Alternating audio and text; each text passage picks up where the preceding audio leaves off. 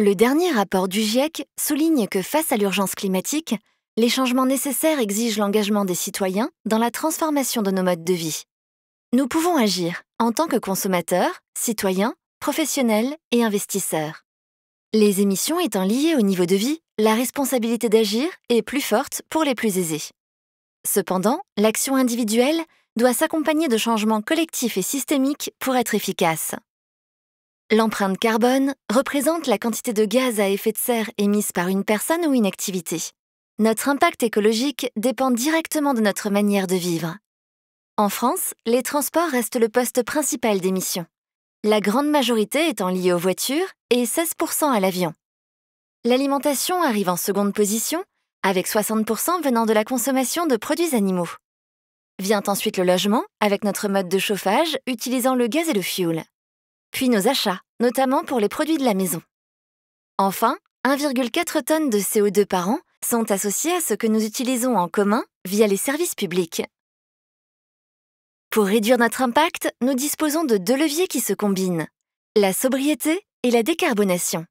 Par exemple, moins utiliser sa voiture, c'est bien. Passer à l'électrique, c'est bien. Mais faire les deux, c'est mieux.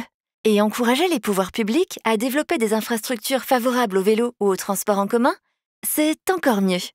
À noter, le récit des transitions dominant au niveau national s'appuie beaucoup sur les solutions technologiques, mais moins sur la sobriété, alors qu'elle est indispensable pour atteindre la neutralité carbone.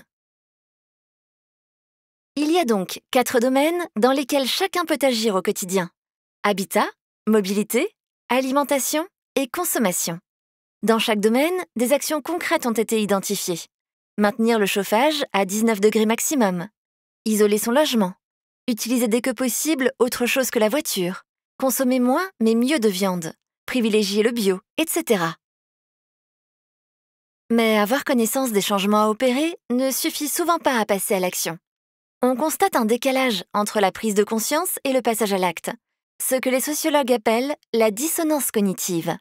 Ce décalage entre nos envies, nos préoccupations et nos capacités de changement peut créer un sentiment d'angoisse, de révolte, voire de déni. Pour favoriser ce passage à l'acte durable, les sciences sociales ont identifié plusieurs étapes. La première est l'étape de l'alerte.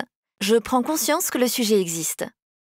Ensuite, je dois me sentir concernée et responsable d'agir. La troisième étape, celle de la motivation, est essentielle. Pour certains, ce sera la santé. Pour d'autres, la sécurité ou l'esthétique. L'efficacité est plus grande quand la motivation est intrinsèque, c'est-à-dire qu'elle fait sens pour moi, indépendamment des contraintes ou récompenses extérieures. Le passage à l'acte est le moment clé. Il faut qu'il soit le plus facile, simple et plaisant possible pour qu'un élément de blocage ne vienne pas stopper mon élan. Il y a parfois l'enjeu de maintenir ce changement dans le temps. Cette phase de maintien est facilitée par la reconnaissance de mon entourage ou de la société. La dernière phase est celle du partage. J'ai vécu un changement positif et j'ai envie d'en parler autour de moi. À chaque étape, la collectivité peut accompagner les habitants. Pour cela, elle dispose de plusieurs leviers. Financiers, aides, taxes, réglementaires, obligations, interdictions, sociotechniques, dispositifs comme les chronovélos, sensibilisation, information, communication. À l'échelle nationale, comme dans notre agglomération, les habitants expriment clairement que le changement n'est acceptable qu'à condition que chacun prenne sa part et qu'il soit équitablement réparti, en incitant les plus gros émetteurs à prendre toute leur part. Il s'agit de relier justice sociale et environnementale.